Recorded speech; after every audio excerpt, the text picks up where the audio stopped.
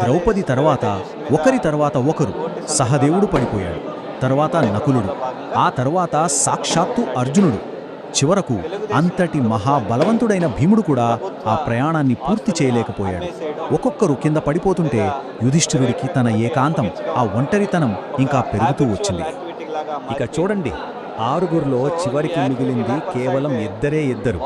ఒకరు ఒకప్పుడు ఈ ప్రపంచాన్నే ఏలిన ధర్మరాజు యుధిష్ఠిరుడు, మరొకరు ఆయన పక్కన నడుస్తున్న ఆ మామూలు కుక్క.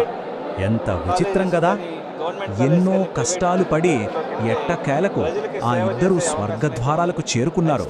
అక్కడ వాళ్ళని ఆహ్వానించటానికి సాక్షాత్తు దేవతల రాజైన ఇంద్రుడే ఎదురుగా నిలబడి ఉన్నాడు.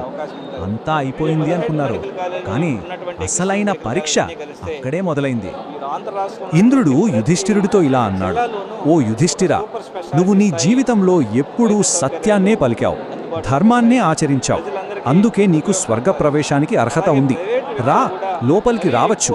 కానీ ఒక షరతు, ఈ కుక్క మాత్రం నీతో పాటు లోపలికి రాలేదు. ఈ మాటతో యుధిష్ఠిరుడి ధర్మానికి అసలైన చివరి పరీక్ష ఎదురైంది. ఇప్పుడు ఆలోచించండి, యుధిష్ఠిరుడి పరిస్థితి ఏంటి? ఒకవైపు తను జీవితాంతం చేసిన పుణ్యానికి ప్రతిఫలం స్వర్గం, మరోవైపు తననే నమ్ముకుని ఇంత దూరం తనతో పాటు వచ్చిన ఒక మూగజీవి.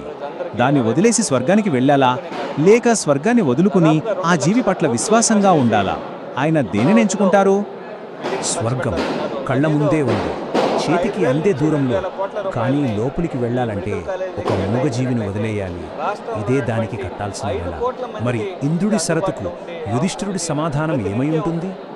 యుధిష్ఠిరుడు ఒక్క క్షణం కూడా తడుముకోలేదు. ఆయన సమాధానం చాలా స్పష్టంగా, దృఢంగా ఉంది. ఆయన ఏమన్నాడంటే, నన్ను నమ్మి వచ్చిన ఈ జీవి పట్ల విశ్వాసాన్ని, కరుణని వదిలేసి లోపలికి రావడమే స్వర్గమైతే అలాంటి స్వర్గం నాకు అస్సలు వద్దు